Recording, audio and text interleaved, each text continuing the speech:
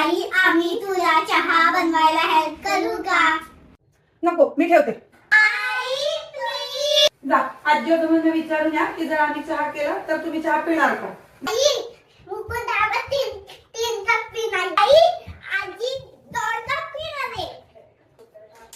आता पहिले सगळ्यात काय करायचं? गॅस लावायचा.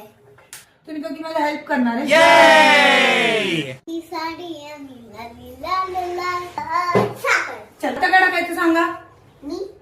मीठ.